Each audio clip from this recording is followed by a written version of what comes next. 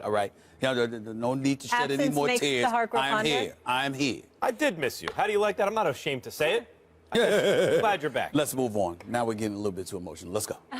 Coming up, can Tom Brady still win MVP after missing the first 4 games due to suspension? Don't miss that debate a little later in the show, but we start with the rookies. Sunday in prime time, it's an NFC East battle when Carson Wentz and the Eagles face Dak Prescott and the Cowboys. Wentz has led his team to a 4-2 record. Dak Prescott has the best total QBR at 84 while leading Dallas to a 5-1 record. Eagles receiver Jordan Matthews thinks the Wentz-Prescott matchup in the NFC East has a chance to develop into a quarterback rivalry of the ages like Peyton Manning and Tom Brady. Max, Wentz or Prescott, who would you take as your franchise quarterback? The answer is Carson Wentz. And by the way, you don't have to take my word for it. Take every single talent evaluator in the NFL's word for it, because all of them had Wentz ahead of Prescott. And a lot of them liked Prescott a lot. You hear them talking about it, including the Philadelphia Eagles. But they all preferred Wentz. They all did. And Wentz has done nothing to undermine their confidence in him, their faith that he would be an excellent quarterback. Wentz was like a Ben Roethlisberger, who in that draft with Eli and Phillip Rivers was from a smaller program, hadn't been seen as much. But all the evaluators said, whatever the stats say, we can look at this guy, Roethlisberger, and tell you he's going to be a good NFL quarterback. And some of the numbers on Wentz in college, how he did under pressure, doing fine in the NFL now, didn't always say the best thing. But all the evaluators said the same thing. See, that guy, we know an NFL quarterback when we see one, and that guy is an NFL quarterback. And what has he done? He hasn't been like Dak Prescott, dropped into a situation behind clearly, and I would say by far, the best offensive line in football, in a situation where they used a top pick on a running back to exploit that line, in a situation where all he has to do, and he's played very well, Dak Prescott, but don't turn the ball over. You know, protect the football, and he's done a very good job. We're going to have a very simple offense, not make you do too much, and you got to stick to that game plan, and that's a winning formula. And it's worked. Take nothing away from him. But that's not Carson Wentz. The Philadelphia Eagles said, we're going to get rid of our quarterback. We are going to take you, and we're going to build this franchise around you. And then even though the Eagles' O-line isn't what the Cowboys is, he was so good that they were able to start him right away. And what has he done other than put himself in the running, along with Dak, as a Rookie of the Year? And, in fact, be the guy. He's not just compared to Prescott, compared to Goff, where everyone's saying Goff still hasn't gotten on the field. Why wasn't Wentz the #1 overall pick? The answer is Carson Wentz. I want to say this. I want America to know that this is not my idea. I didn't want to broach this subject because I don't want to say anything complimentary about the Dallas Cowboys. I'm damn near allergic to saying anything about the Dallas Cowboys because I can't stand their fans. We know that. The only thing I like about the Dallas Cowboys is their cheerleaders. I'm not afraid to admit that part. Everything else, I'm not moved. But I will sit there and confess this to you. I will go with Dak Prescott. And the reason why I would go with Dak Prescott is because of the poise in that bubble that is the Dallas Cowboys, that circus kind of atmosphere that we have seen from the Dallas Cowboys throughout recent modern-day history is another piece of distraction that that Dak Prescott has to walk into, but yet somehow, some way still, he manages to handle his business. I just look at Dak Prescott a little bit differently. I know the offensive line is formidable. I know having Ezekiel Elliott playing like an all-pro is a very, very big thing. I know that alleviates some of the pressure that Dak Prescott has to deal with in comparison to Carson Wentz. But I also think that all of that is offset by the circus-like atmosphere that comes associated with being a member of the Dallas Cowboys. Yet to be in that situation where he's under such pressure, he's under such a spotlight, where everything is going to be nitpicked, especially with Tony Romo out, supposedly coming back, when everybody and their grandmama knows that's who Jerry Jones wants to be his quarterback. He wants Tony Romo to come back. Matter of fact, it wouldn't surprise me at all. I'm not saying that Jerry Jones wishes anything malicious upon Dak Prescott. But if Dak Prescott was to tweak himself in some way and he was unable to come back to play a particular week while Tony Romo was available, nobody would be happier than Jerry Jones. There would be glee written all over him because that's who he is. That's his prodigal son, his adopted son. As far as I'm concerned, we should be checking with adoption agencies trying to find out when Jerry Jones actually adopted Tony Romo, because that's how he is when it comes to Tony Romo, with his pathetic self when it comes to Tony Romo. This is who he is. So Dak Prescott playing in the midst of that bubble, under such duress, having to deal with all of that stuff, and still having just one game, which was the first game, where he completed less than 65% of his passes with the Dallas Cowboys on a 5-game winning streak, with him scrambling out of the pocket, making throws under pressure, standing in the pocket, making throws under pressure, 15, 17 yards, 11 yards in third down situations against the Redskins, what he's done against various other teams. I am simply saying that when you look at Dak Prescott, we can't definitively say anything about the number 2 overall pick against this 4th-round rookie. Because this 4th-round rookie looks like he's going to make liars and fools out of a whole bunch of people. It's way too early to say definitively, period. Sure. Fair enough. But if you're asking me what my gut is, first of all, I like Carson Wentz's big play ability actually more than I like Dak's based on what I've seen so far. Okay. And you talk about the pressure of playing for the Dallas Cowboys, but in fact, I think it's very different. You worked in Philadelphia for many, many years. Yes, 17 years. Most well-known sports writer in Philadelphia after a while, I would say so. Okay. Now, would you say that the Philadelphia Eagles fans are a hate-based life form? Because I would. Eagles fans... Hold on. I want to make sure you're careful. You're not saying that in a negative connotation, are you? One of the greatest cities, one of the greatest sports towns in American history, the city of Philadelphia. Sure. Are you being disrespectful to Philadelphia? How dare you? I think they How dare you? No, I think they take it as a compliment, to tell you the truth, the Eagles fans. But I'm talking about what you mean. I'm talking about what you mean. What I'm saying is Eagles fans are waiting for you to mess up. Like, the Cowboys fans love the Cowboys. Mm-hmm. When you get a 4th-round pick and he can perform, that's found money for your... The Cowboys fans are waiting to love the Cowboys. They're looking for excuses. You called them those delusional fan base. Eagles fans are the opposite. Even when things are going good, they're complaining about something about the team. And the Eagles mortgaged part of the future in draft picks and all this to reach for Carson Wentz, and yet he's performing so well, he's got those hate-based life forms rooting for him. But Dak, of course, he has the love of the Cowboys fans. You're not wrong. A 4th-round pick, you're not performing for the Cowboys. You're not wrong, but you're missing something. The Philadelphia Eagles in the Carson Wentz era immediately succeeds the Chip Kelly era. And because of that, anything is a welcomed relief after that. I mean, when you saw what Chip Kelly did to this franchise, I'm sorry, you are relieved. And the fact that Sam Bradford, of course you wanted Carson Wentz because you were thinking coming into this season, there was so much we were going to be able to do because the residue from the Chip Kelly era had so stained and sullied the franchise that anything that you did from, any kind of market improvement whatsoever was going to be some welcomed relief. So the expectations weren't really on Carson Wentz per se. It was on everything around him because of what Chip Kelly did. But how did they make him the starter? What happened? Was it they actually moved out a veteran quarterback? Who nobody believed in because he was there under Chip Kelly, and nobody liked him last year. Now that veteran quarterback is having success for an excellent team. You think there's not pressure on Carson? The pressure, my whole point is, as much as it seems like the pressure be on the Dallas Cowboys quarterback, in fact, in this case, the pressure is on the Eagles quarterback.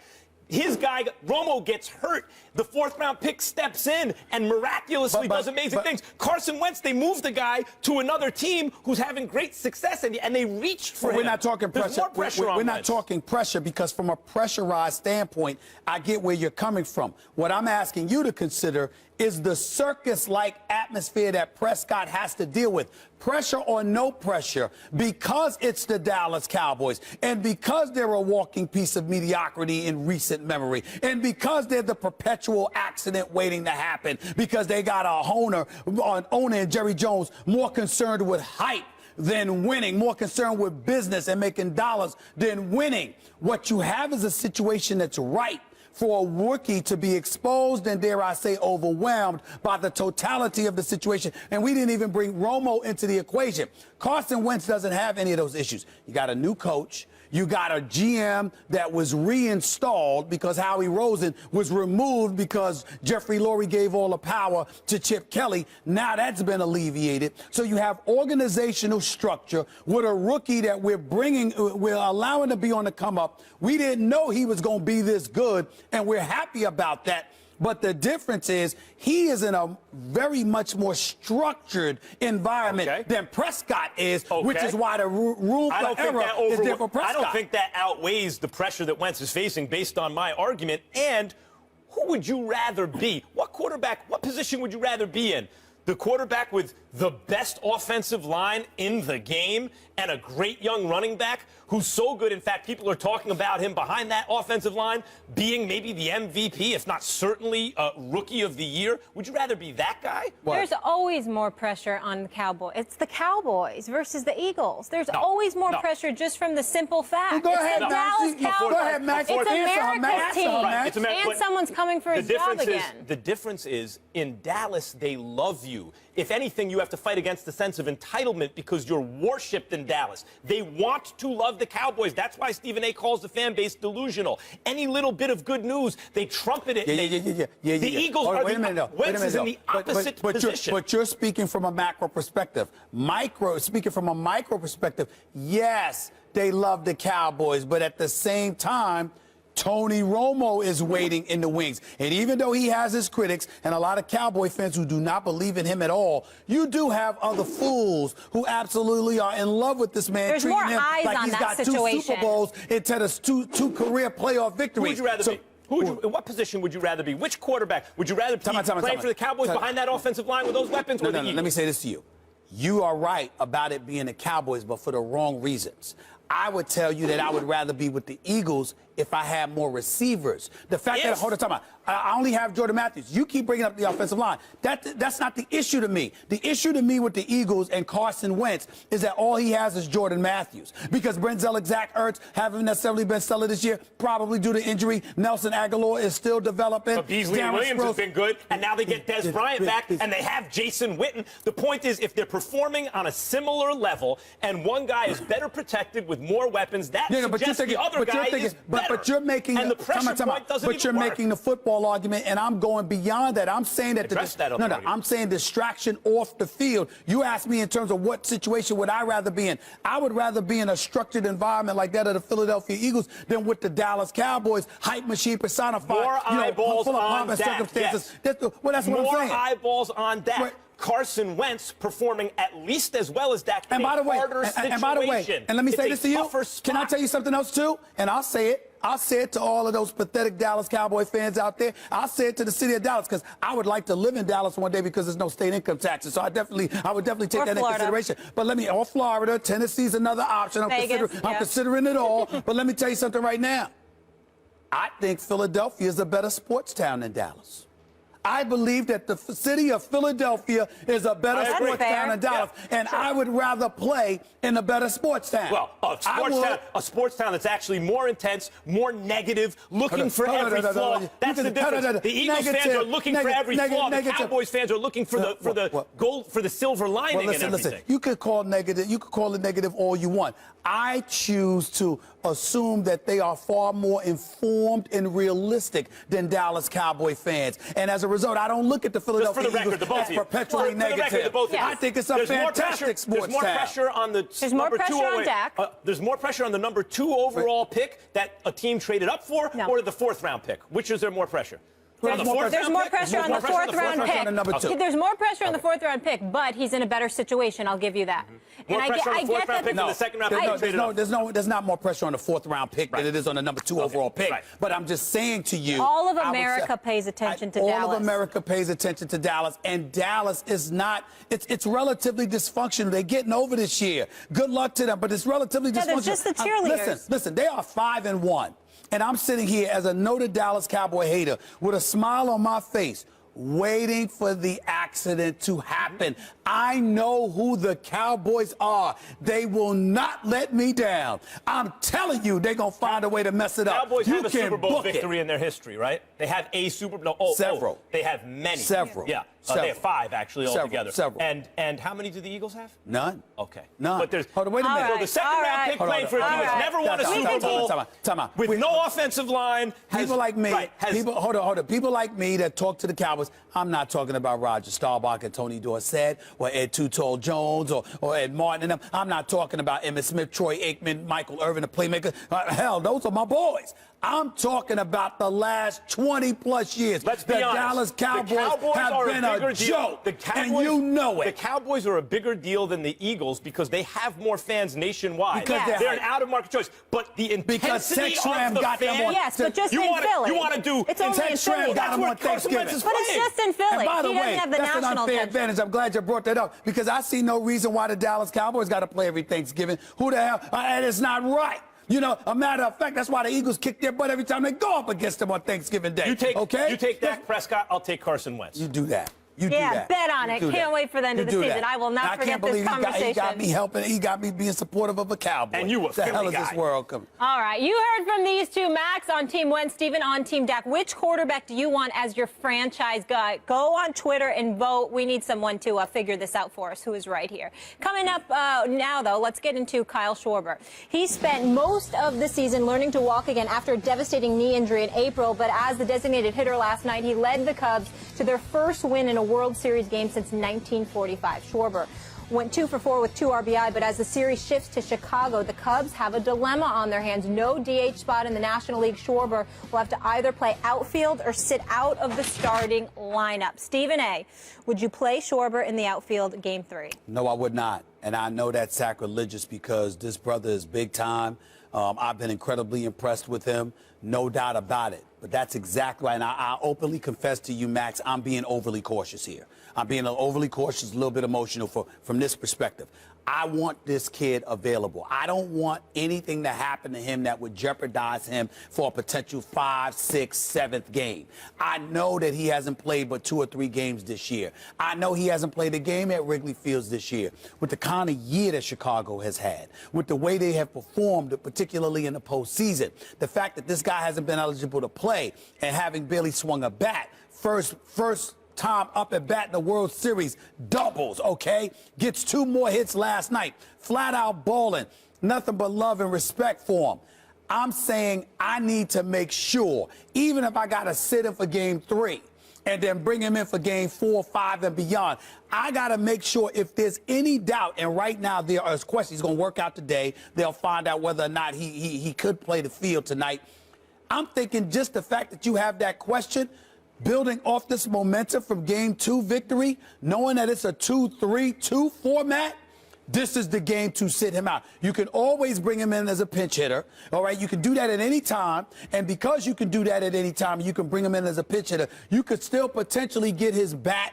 Having him in the field is not that important, particularly if he could tweak something coming off that ACL and jeopardize it. I totally understand anybody that feels differently, but for me, I'm so cautious because I know that Terry Francona's Indians ain't going down with a fight. I can't see you as the Cubs just steamrolling over them the rest of the way. I'm viewing this as a 6 or 7 game series. If I got to sit him out at least just 1 more day to make sure that he's ready, I'm going to do that rather than risk losing him for the waning portion of the series. If he's ready, you got to play him. You got to play him. It's tough that it's in a National League park and you can't DH him.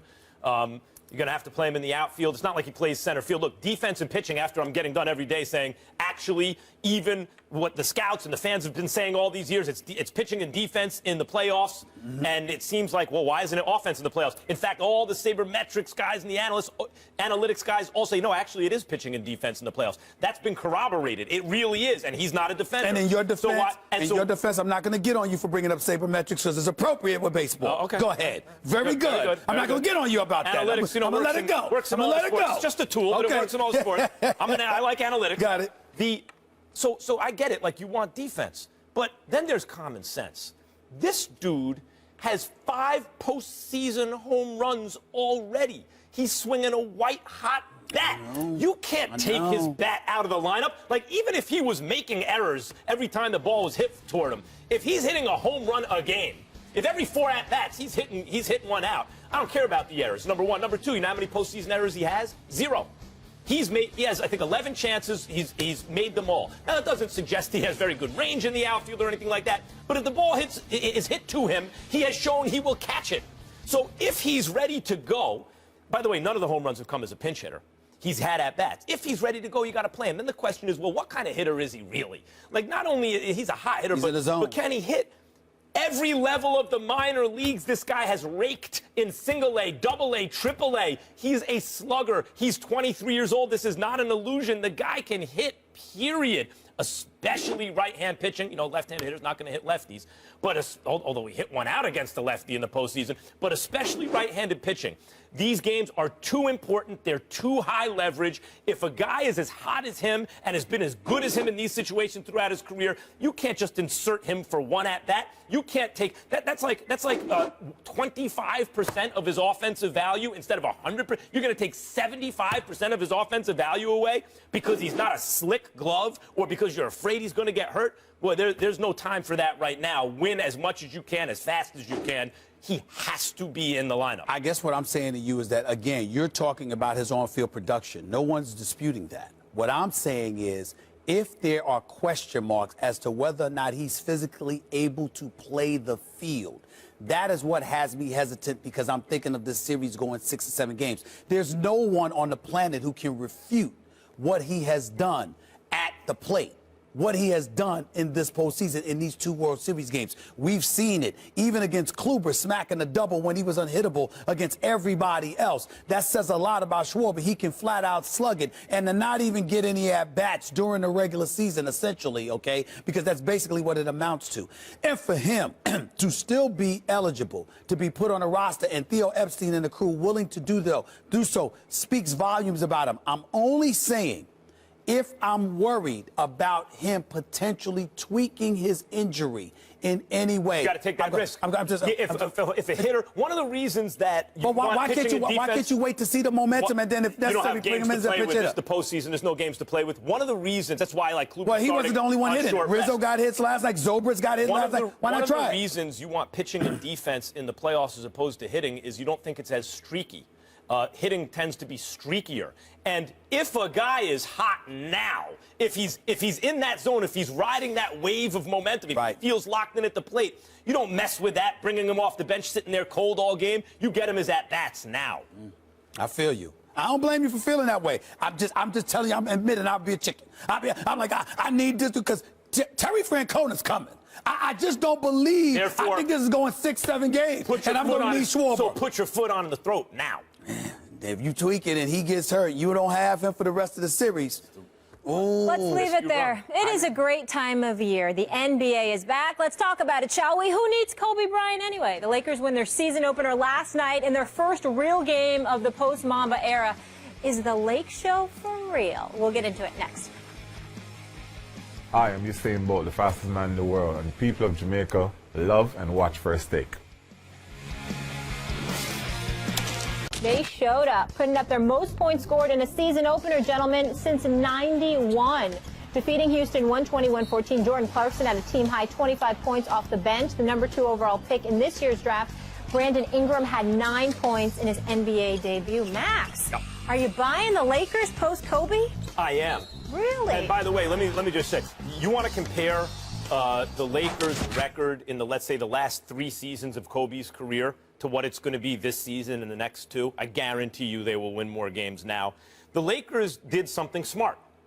What they did, Stephen A., is they had an aging superstar who was coming off a catastrophic injury in Kobe Bryant and couldn't play anymore, really. I mean, a game here and there, but otherwise.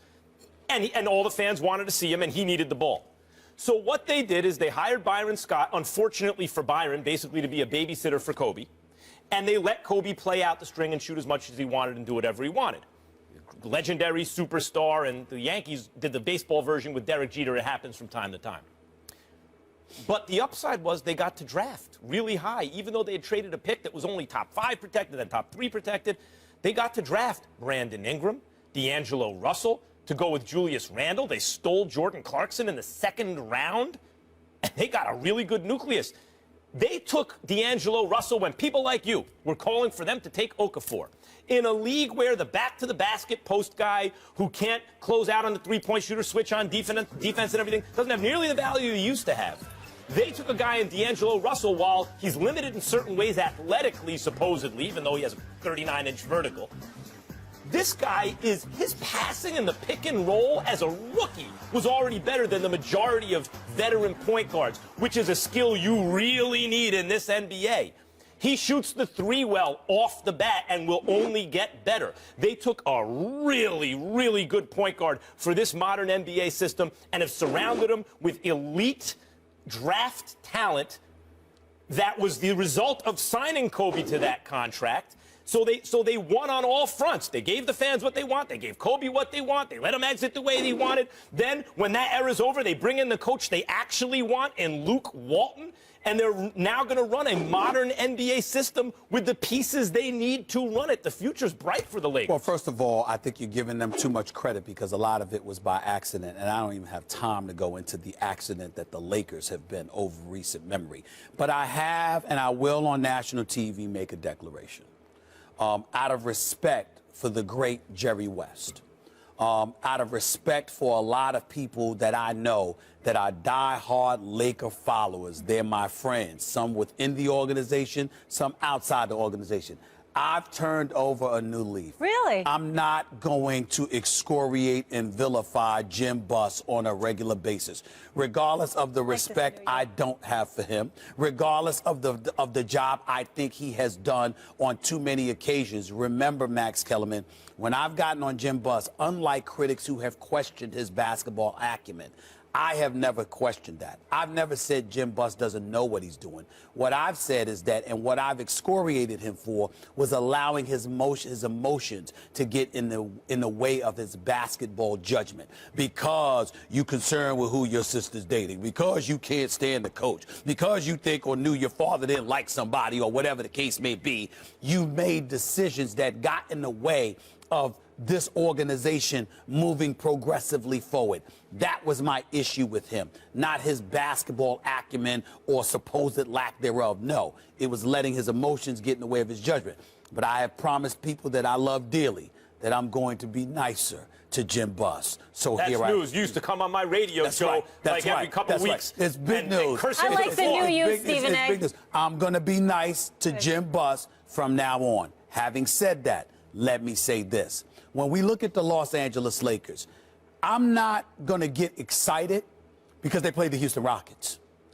Mike D'Antoni, here we go again. Former Laker coach who was brought in by Jim Buss, who backdoored Phil Jackson in the middle of the night and brought Mike D'Antoni in. Again, I'm going to be nice. I'm not going to go there. What I will say to you is this. This same guy, in terms of looking at the Houston Rockets, what happened here, Max Kellerman? You gave up 120 points. Your first game as coach of the Houston Rockets, you surrender 120 points. Let me read out some of these names. And I mean no disrespect, because I'm fond of all of these kids and I think they have promise. But can you tell me whether it's Jordan Clarkson, who came off the bench, by the way, and I think that's a brilliant move by Luke Walton to bring him off the bench. He dropped 25 last night. Lou Williams, who can play. We know these guys can play. Nice contract they signed Lou Williams to. Right, not expect $7 million a year. Not bad, not bad. Clarkson in the second round. But listen to this. Julius Randle, D'Angelo Russell, Luol Deng, Swaggy P, and Timothy Mozgov is your starting five. And you give up 120 points? 120. See, sounds about right for that unit right now. This is why. Against the fast pace. D'Antoni's team played a fast pace? Yes, they do play a fast pace, but I'm telling you, because I like him as a person. D'Antoni's a good man, and he's really, really smart. Mike Antoni. Mike Antoni, no D. Listen, listen, I'm telling you, NBA coaches all over the league have been lamenting for years about the lack of defense. I want to get into the Lakers. That's where I'm at with this. That's where I'm at with this, Max. I have a lot of respect for the late, great Dr. Jerry Buss. Yes. I think he's the greatest owner in the history of American team sports. I don't think it's close. When he took over the Lakers, the Celtics were by far the greatest franchise in history. They had 13 championships. Lakers were second with 6. I'm partial to the late George Steinbrenner, but go ahead. By the way, I'm the biggest Yankee fan in the world. the answer is Dr. Buss. Dr. Jerry Buss, by the time he passed, the Lakers had the second most championships in history by 1. They basically have caught the Celtics, and they're killing them, trouncing them, destroying them and every other franchise in the modern era with 10. Post-shot clock, merger, whatever you want to define the modern era as, the Lakers have absolutely owned it. And the last thing that Dr. Buss did, I think almost as a legacy move, was he left a structure in place for the team where Jim Buss was going to be the head of basketball, and Jeannie Buss really the team boss. She's the one who shows up at the owner meetings. She's the head of business. And I think he did that for a reason. I think he wanted to make sure, I have a lot of admiration for the family, that he wanted to keep the family together, that he wanted to make sure the children had to work together in order for the Lakers franchise to have success. Didn't happen at first. When they pulled off that Chris Paul heist, which was a heist that Jim Buss and Mitch Kupchak deserve amazing credit for, Jeannie Buss was at the owners' meeting. She could gauge that these owners were not happy with the way things were going, and the lack of communication between her and Jim resulted in effect, that trade was rescinded. The lack of communication between the siblings. And I believe over time, now that Kobe's gone, now that that's not an issue anymore, the communication will get better. And as that happens, the Lakers will also get better. But I think the future hold is on. bright. I let you go. You can believe what you want. I'm giving you facts in terms of what happened. You just dropped a lot of facts, and I appreciate that. But let's understand the context in which it was given.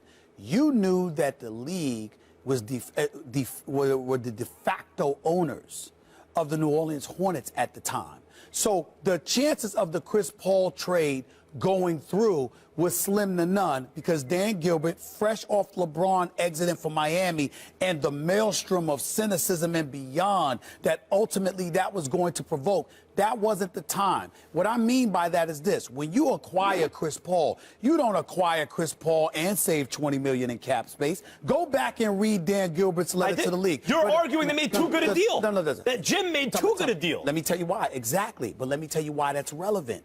Because you didn't make it with a foolish owner. The league were the de facto owners that had an obligation to look out for the league, not just the team. You have to know that if you Mitch Kupchak and Jim Buss and Jeannie Buss and them. And the fact that they weren't communicating well enough, which means they couldn't read the tea leaves, it compromised them. So you're saying, oh, now we're going to move forward and better times are ahead. I'm saying there was never a reason for the bad times to exist and get in the way of the basketball decisions. Think about the point you're making. They messed up for years and put this in. You were working radio in Los Angeles, which is why I let you go on with that. Come on now. You in L.A. How miserable were your times in L.A. talking about the Lakers? You gonna sit up there and messed up this franchise for years Only and years. if they would have taken Okafor over D'Angelo because of your personal feelings. Because of your personal feelings. That's inexcusable, man. You don't put a city through what the Lakers put them through just because your siblings don't get along with each other. You don't do that. Think about what you're saying. You're actually saying you're excoriating Jim Buss and Mitch Kupchak because the deal, Jim Buss, because the deal he pulled off was so devastatingly excellent. No. He got the best player in the trade and saved $20 million. Guys, we gotta go. We gotta go. He didn't have the soft enough touch with the league. That's not what I say. Exactly. Okay, but that's a very subtle. You gotta work that relationship. All right. Let's save it. To be continued. Can Darren Woodson help me paging him? Coming up next, Cam Newton has been criticized for his style of play, but don't expect anything to change. There he is from the reigning MVP. We'll hear from Cam and react to that after a break. What's up, Darren? What's going on? This is Kevin Hart, a.k.a. Long-Faced Little Body. And right now, you're watching my favorite show. I'm talking about First Take, without Stephen A. Smith.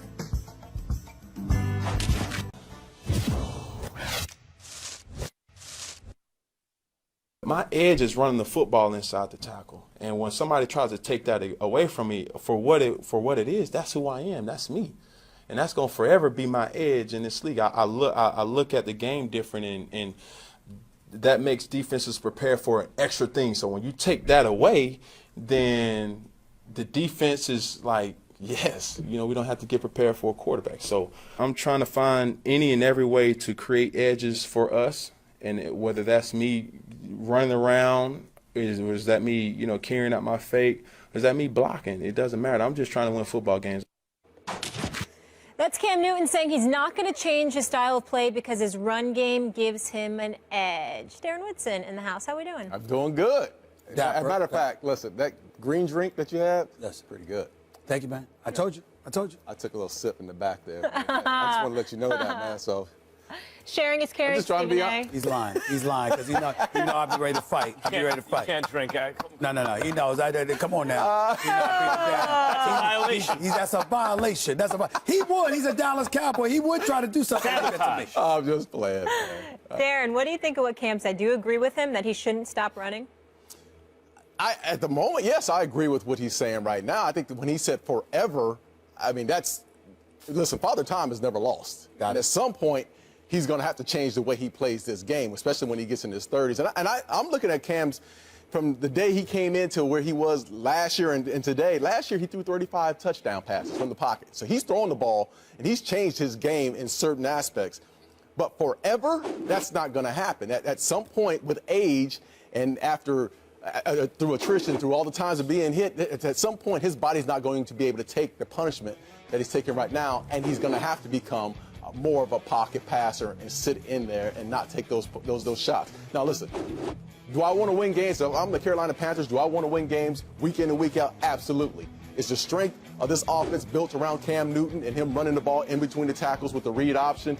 Absolutely. So I want to continue to win games through this right now as he can keep this physical, pounding up. But in the end, yes, he's going to have to change the way he plays this game.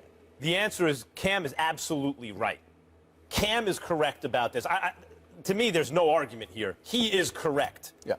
Now, that said, this is the age-old thing with running quarterbacks. If the first down is right there, why wouldn't you take it? Right. But if the first down is going to be right there for you a lot with your legs, then you're not going to develop in the pocket like you need to long-term. That's an issue of your short-term incentives kind of having a negative influence on your long-term incentives. Mm-hmm. So I understand that. But in Cam's case, he's saying, look, I shouldn't do stupid stuff like not protect myself running in on a two-point conversion. He's right about that. But this applies to Aaron Rodgers and Andrew Luck and Russell Wilson and maybe especially Cam Newton, who probably has more talent than anybody. To be hoodwinked into not using part of your talent is absurd. It's ludicrous. Now, show good judgment as when you apply it? Yes. But if you're a carpenter, your main tool is a saw. You need your saw a lot. But sometimes you might need your chisel.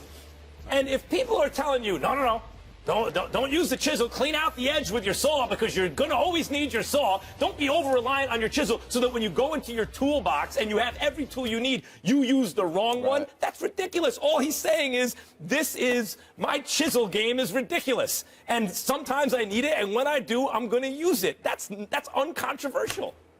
I agree. You're wrong, and so are you. But what's the surprise? Here's the deal. Cam Newton, we're not talking about Cam Newton as it just pertains to, oh, I have this ability, let me utilize it.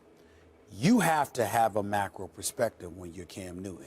It can't be just about winning in the moment. At that particular moment, yes, in terms of, okay, this particular play, the game is on the line. Sure, you do what's necessary. But you don't walk into a game with 60 minutes to play saying, I'm going to disregard my body. I'm just going to go out there and play, and I'm going to do what I know how to do because you're Cam. Now, if you're just a running back, you're Jonathan Stewart, who's very talented. When you're healthy, you're just a running back, fine. You're somebody in the secondary, all right, that's fine. But when you are the franchise quarterback and they gave you that $60 million and you know what you mean to this team, you have to think along those macro lines. Why? Because if you go down, everything falls. The dominoes just all collapse. And what I'm saying about Cam Newton is this. He's thrown 8 touchdowns. He's thrown 6 interceptions. He's been sacked 15 times. He's got a QBR of 56. We know all of these numbers. From an offensive perspective, they're the 5th-ranked offense, 4th in yards allowed, like 7th or 8th in yards rushing and passing. He's had to do so much. The problem is with this defense, David Gettleman, the GM, should be ashamed of himself for losing out on Josh Norman when you know all you had were rookies to replace him. That's insane. It's criminal to do that. But let's think about how violent the sport of football is, and let's think about the runs that we're talking about. We're not talking about Cam Newton stepping one back and then running in between the tackles, trying to get a yard here or there.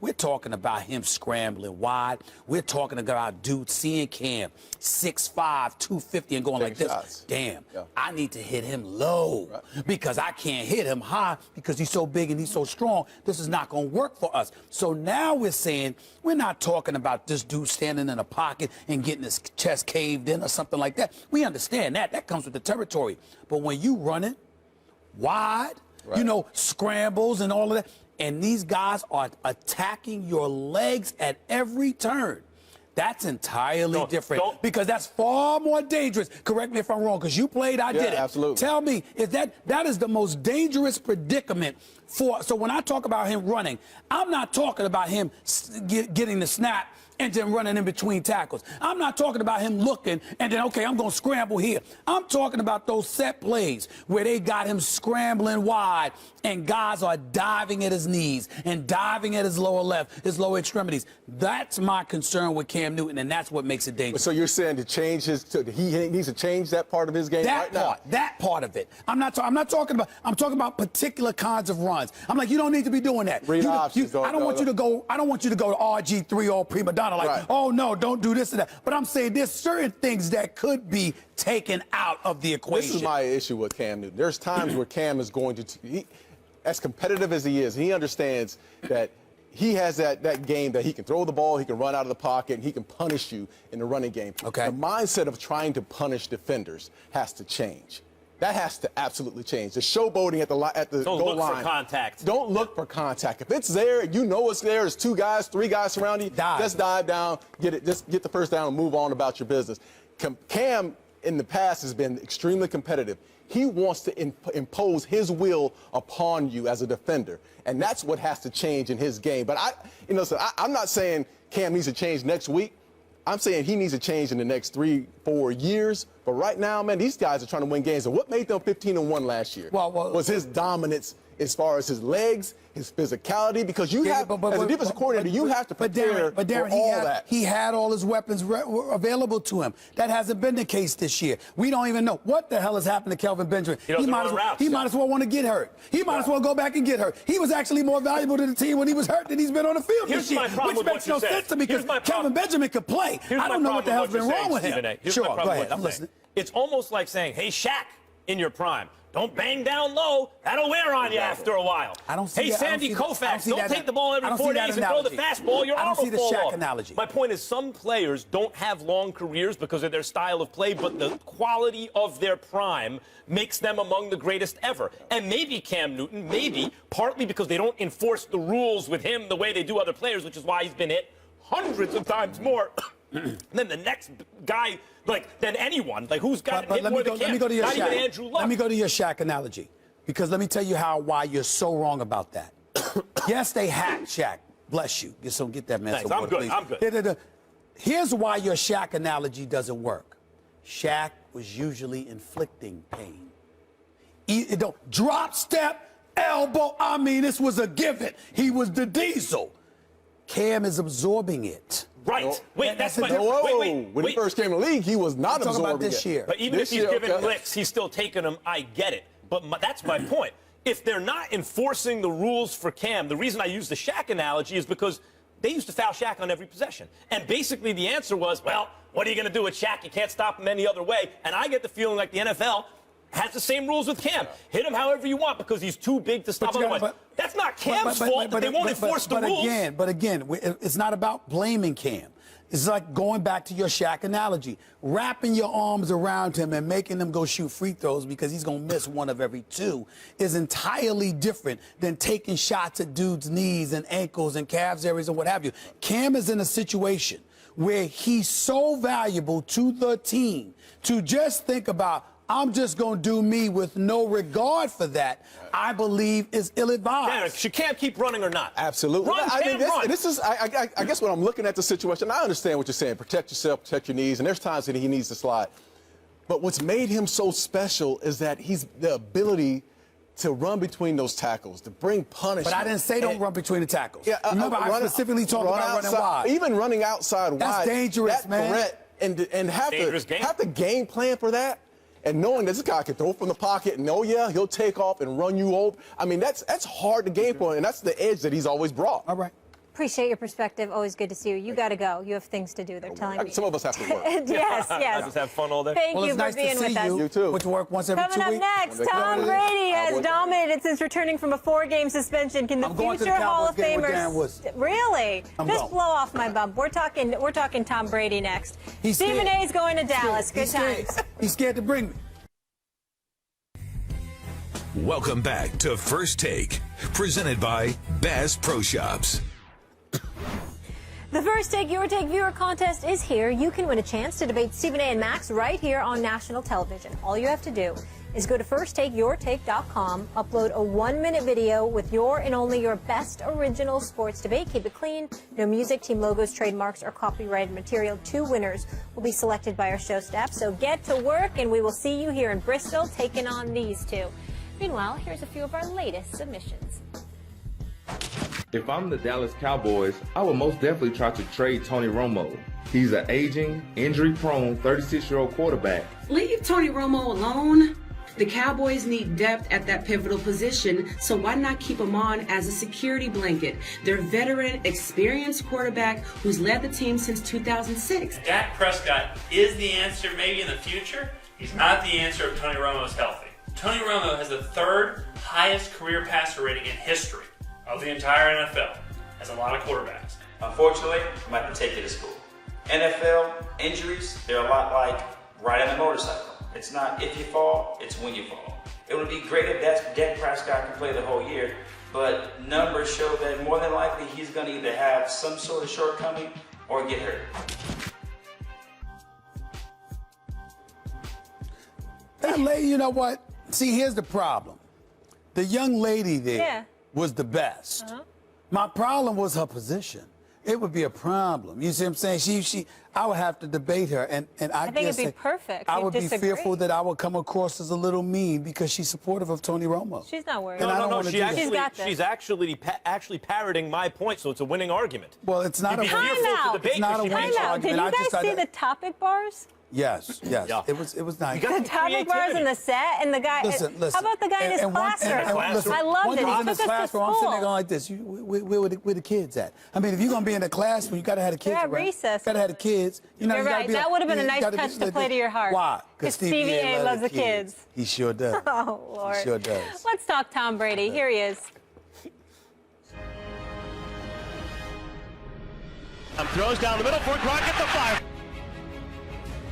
To the end zone. Touchdown, Patriots. Back to throw. Brady fires. End zone. Caught. Touchdown. Throw down the right side. There's a wide open receiver. Touchdown, Bennett.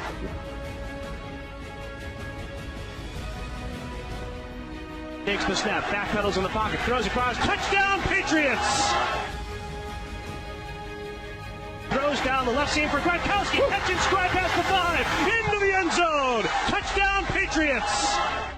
Yeah, I mean, it feels like I'm just kind of getting going in football season, and it's already the halfway point, so. Tom Brady may have been suspended for the first 4 games of the season, but he has not skipped a beat. Since week 5, he's tied for the league lead in wins and passing touchdowns, and he's first overall in passing yards and total QBR during that span. All of this is leading up to him picking up steam as the leading MVP candidate right now with 3-2 odds to win the MVP according to Bovada. Max, can Brady still win this MVP even though he missed a quarter of the season? No. I mean, can he? Are voters dumb enough to vote for him? Maybe. But the answer is actually no. There's no way to be the MVP in 12 out of 16 games. You're giving up 25% of the games. And if you look at who else is playing in this league, you mean to tell me 12 out of 16 games from Brady is better than 16 out of 16 the way Matt Ryan or Phillip Rivers or my pick Andrew Luck is playing so far? Andrew Luck with nothing around him still might make the playoffs? No, absolutely not. And let me prove it to you. Tom Brady, let's say they go 9-3 the rest of the way. In that case, what's Tom Brady's value? Their backups, their second and third string quarterbacks went 3-1. That's the same percentage as 9-3. So in order for Brady to demonstrate value over the backup, he has to go 10-2 to demonstrate value over the second and third string quarterbacks. the Patriots have always been more about Belichick than Brady, who is arguably the greatest who ever lived, but in this instance really has no legitimate shot at actually being the real MVP in spite of what the voters say. Please help him. You don't do too many interviews, do you?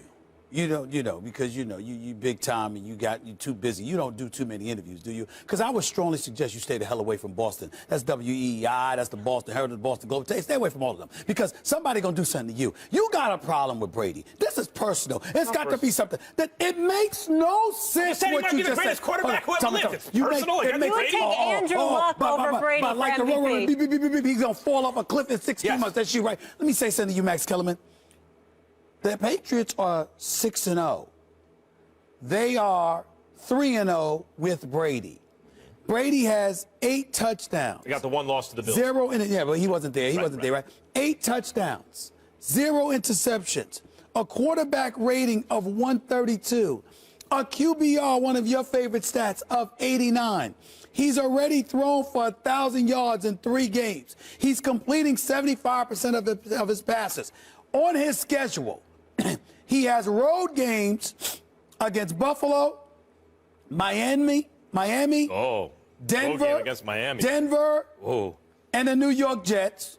He's got home games against Seattle, Baltimore, Jets, Rams, etc. You trying to tell me that if this dude continues to play this way and they continue to win, Matt Ryan and the Atlanta Falcons, whose defense is putrid, Andrew Luck. What's the quarterback have to do with the defense? Excuse me. The fact of the matter is that this guy is winning while producing. You can produce and lose. I'm not saying that they don't deserve consideration because of their exploits on the field, but in the end, you play to win the game. Well, you got to play the games. He missed 25% of the games at least this year. So if Tom Brady goes 11-1, or dare I say 12-0, and this man passes for 4,000 yards in 12 games, he doesn't deserve league MVP? No, the odds that he would be I ain't so asking much about odds. better. No, I ain't asking about odds. I just gave you a scenario. I gave you a direct scenario. There's going to be someone who passed for 5,000 plus yards who makes the playoffs. In three games, he's at 1,000 yards. I'm saying to you, over the course of 12 games, if Tom Brady, let's multiply everything he's doing by 4 right now. He's got 1,004 yards, right? Let's just say he continues to complete. We'll go 4,000 yards. So we'll go away from the 75%. Let's say Tom Brady completes 68 to 70% of his passes. He passes for 4,000 yards. He throws for 32 touchdowns. He only has like 4 interceptions. His QBR stays around 80 plus, 80, and his quarterback rating stays at 132. And the New England Patriots are winning, going 11-1 and 12-0. You trying to tell me that you think he should be deprived of the MVP? Not deprived, he didn't earn it. Because of 4 games? He didn't earn it. That's how did you not miss it? 4 games in football is like 40 games in baseball. Can I ask you a question? You're not going to play 120 baseball games and get the MVP. Because I know that you watch your basketball. Yeah. You trying to tell me that if a LeBron James or a Russell Westbrook or somebody, they miss 15 to 20 games. 20 games. That's the same thing. If they miss 20 games, but they average 35 to 40, and the team is the #1 seed in the East or the West, and they win games when they're on the floor, because they played 80% of their games, you would deprive them of league MVP? Because they play 75%. Absolutely. It's not depriving them. The award is not on a per-game basis who's the best. That's not the award. It's value over the course of a season. And if you miss 4 games, and it's not like you came in and saved the season, you were 3-1 and in first place without the starting quarterback. Stop that. Just because they were 3-1, you and I both know that trend may not have continued if Jacoby Brissett was we don't know. playing. May not. It doesn't matter. I mean, the fact is that's what happened. Time out. Tom Brady, we're talking about here. Just like I gave you an and you're giving the best case scenario for Brady, who says it's 4,000 yards and 32 touchdowns and an 80 QBR. That's why Might be a lot less than that. Because the principle of it is that the reason why I'm giving you the best case scenario is because you're saying no matter what the circumstances. The fact that you only played 75% of your contest deprives you Let me answer of the the LeBron right James to do question. that. That If makes LeBron no sense. or Westbrook or anyone else plays in 60 games, they should not win the MVP. And I disagree with that. Anthony Davis, it happened to him the other year. disagree with that. Anthony Davis, on a per-game basis, outplayed everyone in the NBA a couple years ago, got into like 60 games. Did he win the MVP? But because the Pelicans weren't good. Oh, so it's a teammates award. No, what I'm saying is it comes with it. Why should you get league MVP if your team stinks? How were the teammates without him when he wasn't on the field? Were they in first place or not? No, they weren't. They were 3-1. Oh, no, I thought you were asking me about Anthony Davis. I'm sorry. So Tom Brady's teammates were 3-1 without him. So they were in first place without him. But Max, so he would have to go 10-2 to show you value over the replacement. He's trying to be slick. I'm asking you, simply put, you're saying your premise is anyone who misses 25% of a season doesn't deserve MVP. Right. That's Wait, done. can I ask one more question? So you think Andrew Luck's more deserving than Tom Brady? At this moment, sure. Sure, absolutely. Okay. By the way, let's leave it there. But by the way, Andrew Luck is playing with nothing around him. Tom Brady is playing on a juggernaut. Tom Brady's playing on a team that a lot of people picked to go to the Super Bowl this year. Was that the case with the Colts? Number one, but he's not on a good team. You have to be on a good team. But the Andrew Luck thing is you're picking a quarterback with a losing record who's being underrated right now. Matt Ryan continues to have the year he's having now, and they make the playoffs. Clearly, he deserves it more than Tom Brady. Same thing with Phillip Rivers. Any one of those guys who plays 16 games and performs, even if the per-game basis isn't as high as Brady. Now, Brady gets some sympathy because it's not his fault he missed the games, according to many, because of Deflategate. They felt the punishment was too harsh. Neither one of us feel that, but a lot of people do. So since he wasn't injured, whatever. Bottom line is he did not play in those games. And in no sport will someone who misses 1 out of every 4 games get the MVP. You trying to convince yourself. That's why you keep talking. I'm telling you right now, you're basically coming down and saying if you miss 25% of the game, you're automatically disqualified from MVP. I think that's insane. All right, we go from raised eyebrows at Max to fearing the brow. Anthony Davis lights up the Nuggets on the Bayou last night, but where does the Pelican star rank among the best players in the NBA? The guys will break it down next. You're watching First Take, presented by Bass Pro Shops. He's going to get better and better. He's just scratching the surface of how good he's going to be. I think Bill Russell, obviously, for what he does on the defensive end. When you look at the skill set, the IQ, the work ethic, and then most importantly, the upside in terms of how he affects the game on both ends of the floor, this is an MVP in waiting. Davis knocks it down. He's got 31 points. Screen knocked loose by Davis. Davis to the other end. Davis lays it in, and he's got 50. Also a career-high 7 steals, and it's 102-100. He's back. Last night, Anthony Davis had a monster game, putting up 50 points, 16 rebounds, 5 assists, 4 blocks, 7 steals in his first regular season game since March. Davis missed the end of last season with a knee injury, but appears back to his true form.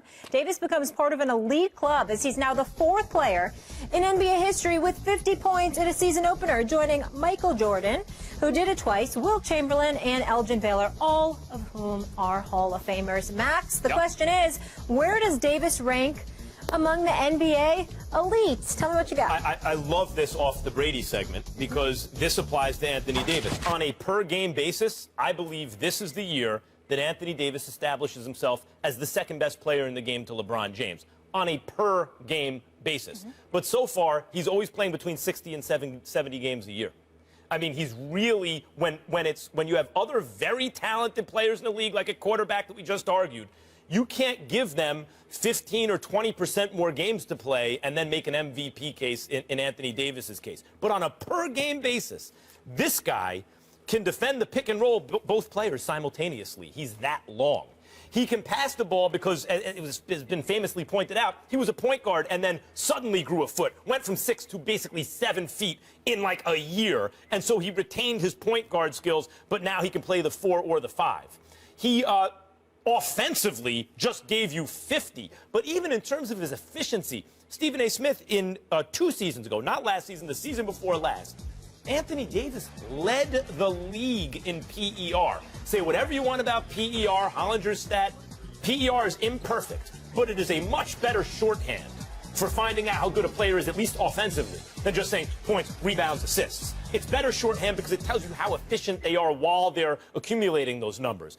And Anthony Davis was the best in the NBA during the regular season at that. And in fact, his Pelicans made the playoffs without that much around him by bumping off a Spurs team that really needed the win that night for playoff Last position. game of the regular season. Last game of the regular season. They were highly motivated. And Anthony Davis, as a one-man band, did it by himself. And then to have a performance like he had last night, among the great opening day performances of all time, per game this year, he will establish himself as second to LeBron James in the NBA. Well, again, he has to stay healthy. We understand that. I'm going to say the jury is still out about that because I think Kevin Durant is a freak of nature, and I think he's one of the top 3 players in the world. Steph Curry's got to have the kind of year that he had. It's a guard-oriented league. If I had to pick between one or the other, obviously you're going to think about the guard. See, where Steph Curry comes into play, here's where it's deceptive, y'all.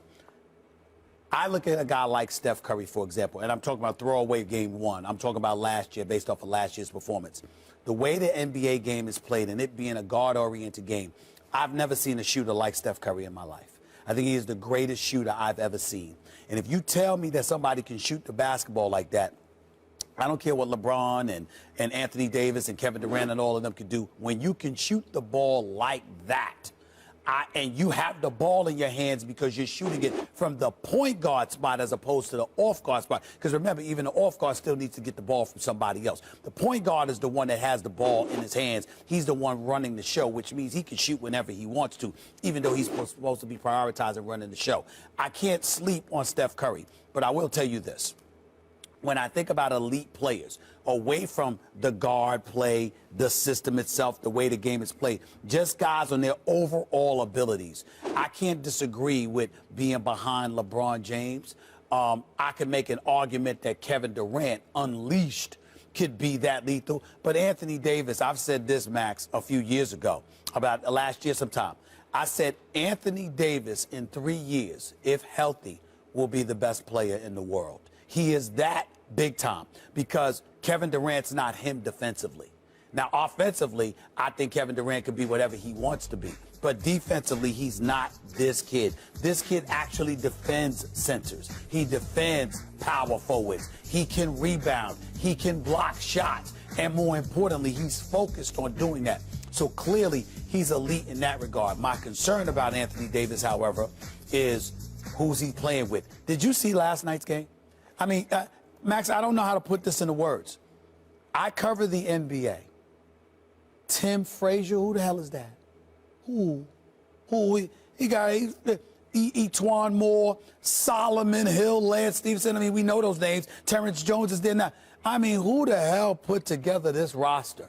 I mean, I mean, Demps and these boys in New Orleans, they got to get it together. Because when you got a player like Anthony Davis, he's a generational talent. You got to give him more help. I mean, like, how do you even describe Anthony Davis? He's got Kevin Garnett ability defensively. Garnett was a more intense defender at the same point in his career, I think. But Anthony Davis has that kind of length and ability, and offensively has things that no one else can really do given his size. He's an amazing player. You know, Rick Fox put me up on something, though, when I was doing LA radio, talking about the Lakers needed a big man. They maybe when Okafor and other guys were available. Yep. The Lakers never draft big men, really. Not the ones who turn out to be great. Not about buying them. I mean, Kareem, Wilt, those guys, Shaq. Because big men, and I know Anthony Davis isn't a classical big man in the sense he's not going to bang down low, but he is a giant. He's 7 feet tall. Because you don't know how their bodies are going to react to an NBA schedule and to the punishment, etc. You need to see through attrition who's left standing before you choose that guy. And Anthony Davis, the only thing, I think we agree about this, that can stop him is injury. For that reason, when you say who's going to be the best player in 2 or 3 years, who's going to eventually take over for LeBron, I like Karl Anthony Towns. Not only did he come into the league shooting the 3 better than Anthony Davis, but given his injury history so far, knock wood, you hope everyone stays healthy, I think he's the safer bet. Anthony Davis has yet to show that he can really stay healthy all season. Now, it is a point guard league when you talk about where he ranks in the constellation of NBA stars, and you bring up Steph Curry and the kind of shooter he is. It's not just that Steph Curry can hit shots, hit the 3. It's that he can hit from way behind the arc. So not all spacing is created equal. When he hits from 30 feet, The defense has more to cover, and now guys like Draymond are 40% shooters just about. Not normally, but with Steph on the team, because they have so much time to shoot the ball. I understand the value there, but there are other guys like Damian Lillard and others who can approximate what Steph can do. Apologies to everyone, including Karl Anthony Towns, but what Anthony Davis can do, no one can really approximate. Which is why I wouldn't take Karl Anthony Towns ahead of him. And I love Karl Anthony Towns. And I certainly was wrong about Jahlil Okafor in comparison to him. I think that Jahlil Okafor is going to prove to be far better than people realize. He's playing with the Sixers last year, and we all know what a pathetic situation that is. Embiid looked pretty good last night. Which is something we will get into a little bit later. But Karl Anthony Towns is big time, but Anthony Davis is special. He is a guy, he is a big man who can play like a guard, and he can be formidable at both positions. He could be formidable in the backcourt, he could be formidable in the front court. It does not matter. He's a matchup nightmare, and he has significant prowess defensively. But you might be a bit sullied by who you're playing around. This is the same Anthony Davis that averaged 31.5 and 11 rebounds in a 4-game sweep to the Golden State Warriors a couple of years ago. 31.5 and 11 rebounds on better than 50% shooting when everybody and their grandmama knows you are the only option that they have on offense. It is a crime what the Pelicans have put around him. That squad is a joke, and they're. By the way, here's the last thing about Anthony Davis. He's 23 I want to say this last years point. old. I want to say this. I want to say this last one. Damps and the crew, let me say this. I ain't wishing nothing on anybody. Got nothing but love for them. I hope they get it together. But if things continue to go this way, something's going to have to be done, because you can't have this kind of talent around a talent like Anthony Davis. And in case anybody out there is looking for an executive, may I throw out a name before we go to break?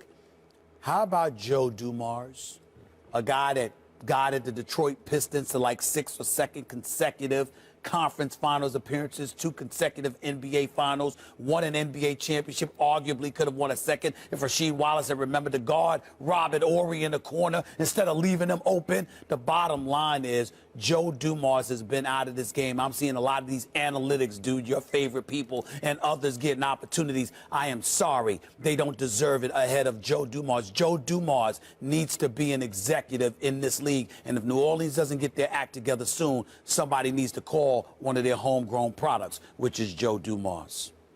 We'll leave it there. Let's stay in the NBA. Trust the process. You don't want to miss how Stephen A. feels about the 76ers' plan to get out of the NBA's basement. That conversation is next.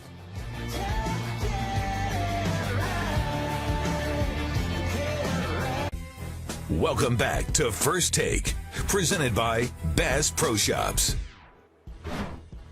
Don't miss tomorrow's First Take when actor Omar Epps will be in the house. He's a big Cowboy fan, so don't miss the fireworks when he goes head-to-head with Stephen A. That's tomorrow right here on First Take.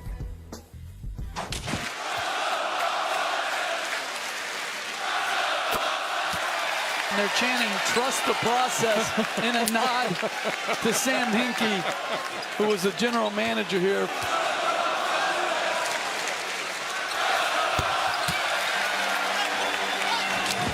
So it was an exciting opening game for 76ers fans last night. Despite losing to the Thunder, fans fired up to see the #3 overall pick from the 2014 draft, Joel Embiid, finally making his NBA debut. The crowd chanting, "Trust the process," something Sixers former general manager Sam Hinkie had been begging fans to do while the team went through a rebuild. Stephen A., your reaction to fans chanting, "Trust the process"? I was incredibly annoyed.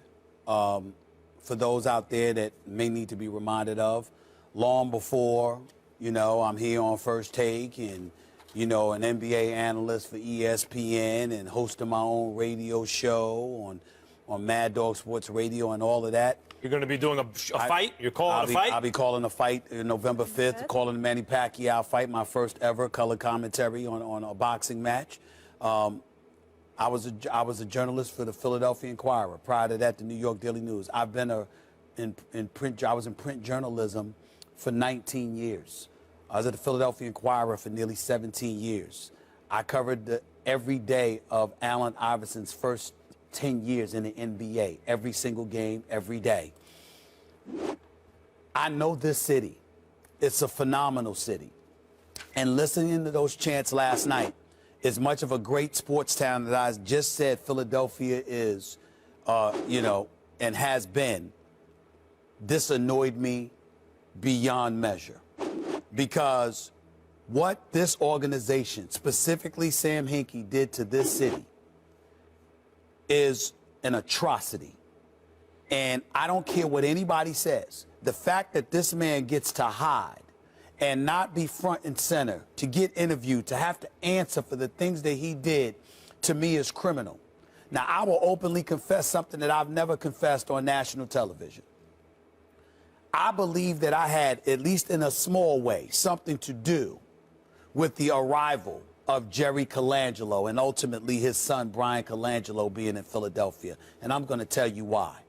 Because very few people were harder on the Sixers organization than me.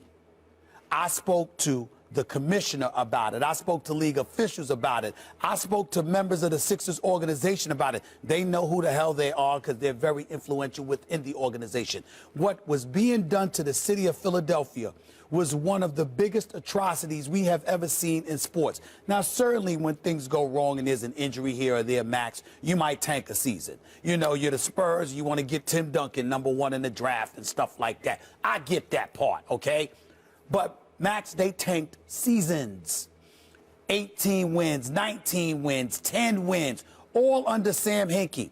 He refused to spend money, wasn't willing to draft veterans or bring, not draft veterans, but bring veterans on the roster, trying to win basketball games. It is one thing to lose, but it is one thing to be so alarmingly inept that you literally sat back and asked a city, wait, eventually we're going to get there. So in the meantime, why not just stink up the joint for years?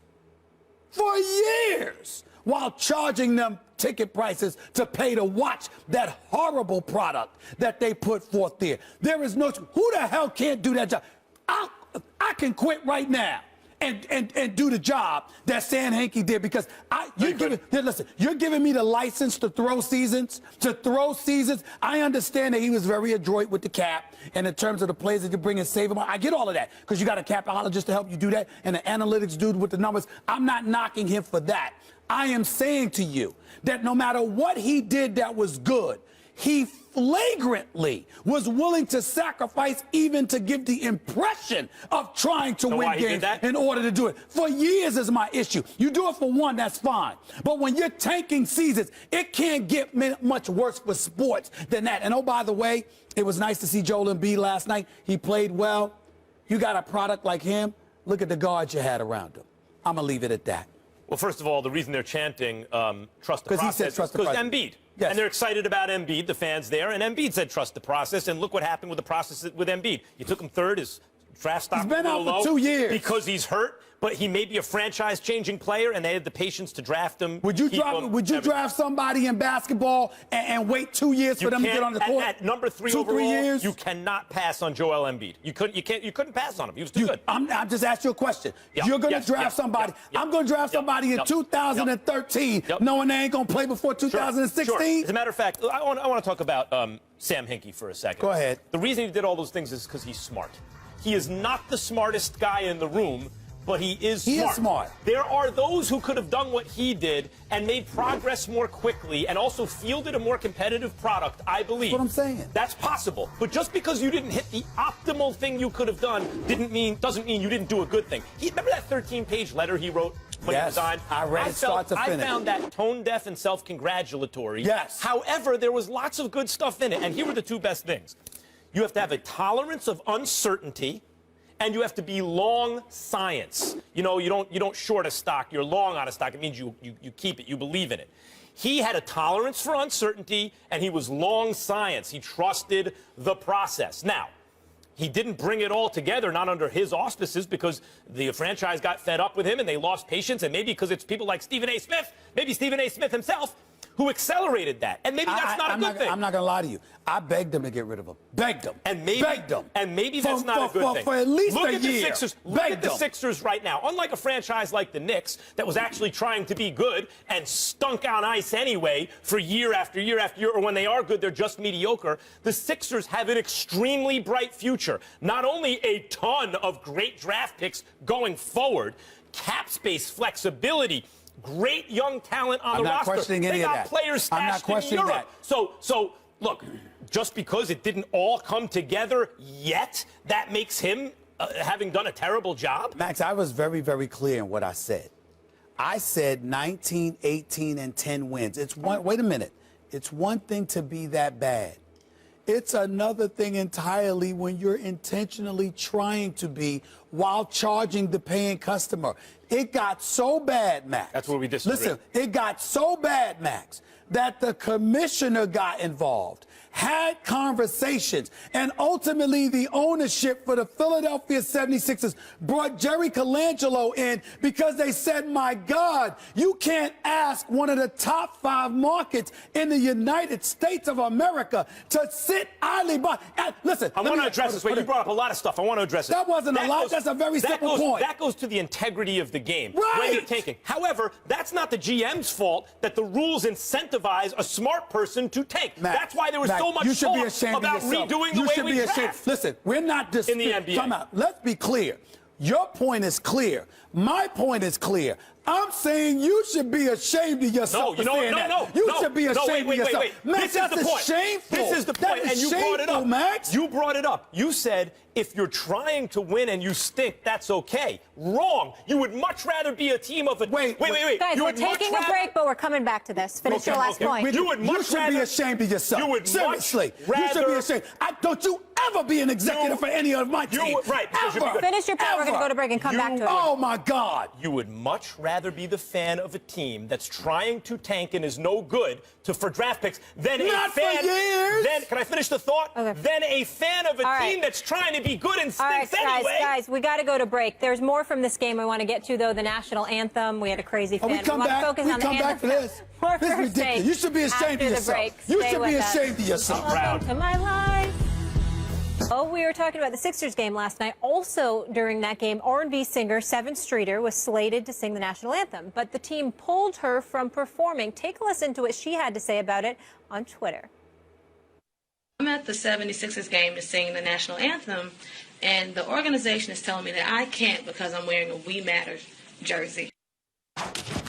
So there's that. The Sixers declined to say why her performance was canceled, saying only we use our games to bring people together, to build trust, and to strengthen our communities. Max, what's your reaction? I find that a problematic statement from the Sixers. That's a problem for me. We matter is somehow divisive. We matter doesn't bring people together. I'm an American, and I'm a human being. And if a group of Americans, forget about ongoing oppression. People want to debate that, whatever. If a group of Americans are suffering the effects, the lasting effects of oppression in our history, I mean, that's indisputable. No one disputes that.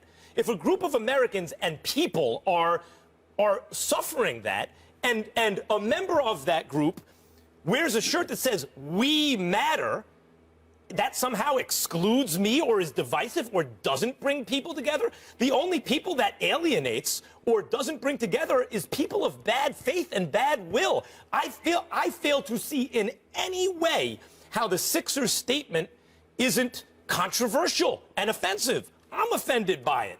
I don't wear a We Matter shirt, no, but I'm not African American and I'm not a woman, but if she wants to wear that, We Matter is now a problem because it alienates people of bad faith who happen to be also paying customers. That's outrageous. I find that outrageous. I find it outrageous that the Sixers had a problem, the specific problem that they had with it. What I don't find outrageous is their decision not to let her sing the national anthem. It's perfectly within their right to do so. And we have to put on our big boy pants and whatever else we wear and start accepting the reality of certain situations. Yes, you want to go there and sing the national anthem. It is entirely possible that the Sixers are saying, well, if we allowed that to happen, then we have to allow somebody wearing a shirt that Black Lives Matter to sing the national anthem. And we have to allow. No. I'm just saying, even though I would disagree with it, I wouldn't like it, rather, I would still respect their right to do that. I am an individual organization. The NBA is not a public industry. It's a private industry. They have the right, under the umbrella of the National Basketball Association, to enforce rules and regulations that they deem beneficial to their overall bottom line. Have the right to do it. I got it. I understand that. What I'm saying to you is that if they're sitting there and they're saying, we're going to eradicate any kind of political statement from being made in our venue at the singing of the national anthem, they have a right to do it. They have a right to do it. Let me tell you why that argument fails, because that's not the argument they made. If the Sixers' statement, I'm reacting to their statement, not just her saying they won't let me do it, was, look, social and political issues can be a slippery slope, the way the NFL doesn't let you even do a cancer awareness thing, because who knows what the next statement will be. And we don't want... I could live with that. Okay, I could live with that. But that's the point I was making. That's the point you were making. Right. That's not the point they made. They didn't make the slippery slope argument. The argument they made is a shirt saying "We Matter" is somehow divisive, alienates some people. And what I'm saying is it does, though. Forget those people. You are putting. Look, I know a business is amoral, not immoral. Amoral. It's not about morality. It's about making money. But in a league and with franchises that talk about how they care and they work with the community and all those things, I think you have to give a little more consideration, not only to the bottom line, but to occasionally doing the right thing. And they're pandering to people of bad will and bad faith if those people are alienated by a "We Matter" shirt. You can say that. I disagree with that part.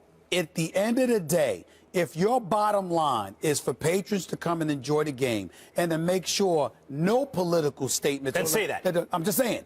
They could have articulated their position better, but there is no question in my mind that they have not only do they have a right to do it, I can understand where they're coming from in terms of not wanting that to happen. You know how much of a privilege it is for any kind of artist to sing the national anthem at a venue. It's something that a lot of them clamor to do. So while you've gotten that opportunity to do so, I'm not saying that the young lady did anything wrong. I'm simply saying that if the Sixers sit up there and say that's not something they want. If they said love your neighbor, would that be bad? Now they're going to have a dress code then to dictate artists what they can't wear. You also have to take into consideration, we are talking about the city of Philadelphia, which is as blue collar as it gets, and you never know what level of fear comes attached with political statements being made if they find it disagreeable. If you are an organization that doesn't want to find yourself in the middle of that, and you are supported by a private industry that gives you the cachet and the muscle to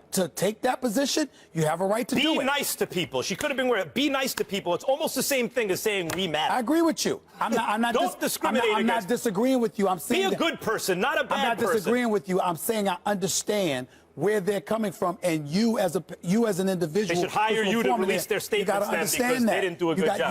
We got to go to break. You got to understand it. All right, we got to go to break. When we come back. First Take is presented by Bass Pro Shops. Your adventure starts here. And in part by Taco Bell's Rolled Chicken Tacos. All right, people, the First Take, Your Take viewer contest is here. It's your chance to debate Stephen A. and Max right here on national television. All you got to do is go to firsttakeyourtake.com, upload a 1-minute video with your and only your best original sports debate. Keep it clean, plus no music, team logos, trademarks, or copyrighted material. 2 winners will be selected by our show staff, so get to work and take on these 2 lovely gentlemen here in Bristol, CT. Here's a few of our latest submissions. Dallas? Not only is Dallas going to win the NFC East, they're going right to the Super Bowl. Minnesota doesn't scare us. Green Bay doesn't scare us. Atlanta definitely doesn't scare us. So there's a saying that goes, in order to be the best, you have to beat the best. Which is exactly what you two, the Minnesota Vikings, and the Seattle Seahawks will have to do. Say it with me. #1 in rushing and total QBR. and number 3 in total offense. Tony Romo is the better quarterback when healthy. Last time Tony Romo was healthy with this offensive line, with a rushing attack, just like the one they have now, he went 12-4, and he should have gone to the NFC Championship game because that was a catch. Is it just me, or do the women bring it the most? In terms of intensity, there's right? been a couple of good dudes, but the women have been showing up and showing out. They have been doing their thing. Oh, she takes the cake. She does take the cake. I mean, maybe it's the New Yorker in me, but when you talk with your hands, yes, that just takes it to another level. Yeah, but she was substantive too. But she has competition. Sure. There's several other ladies that I saw that I've been very, very impressed with in terms of their delivery, I must confess. You got to have the content and the delivery. You got to have both. All right, we'll see. The whole package. We'll see. We'll see. Yes. Keep them coming. Keep them coming. Win. We asked you guys early in the show, who would you rather have as your franchise quarterback, Dak Prescott or Carson Wentz? The results are in, and 60% said they'd go with that 4th rounder. Proving my point. What? Because there are the split between Cowboys fans and Eagles fans, which is what these polls turn into, is way more than 60-40 pro-Cowboys. Cowboys are a national brand in a way the Eagles are not. So for Dak, with the strong argument he has in his favor, though not as strong as Wentz, to get only 60% of the vote proves, in fact, that Wentz is the better choice. Well, what I would say to you is this. You can sit up there and say Wentz is the better choice. I understand the offensive line, the running game of the Dallas Cowboys, but I think there's a lot to be said and taken into consideration about the circus-type atmosphere that somebody is walking into when becoming a Dallas Cowboys. The billion-dollar playpen, the Dallas Cowboy fan base that's worldwide. You're going to be there. The organization.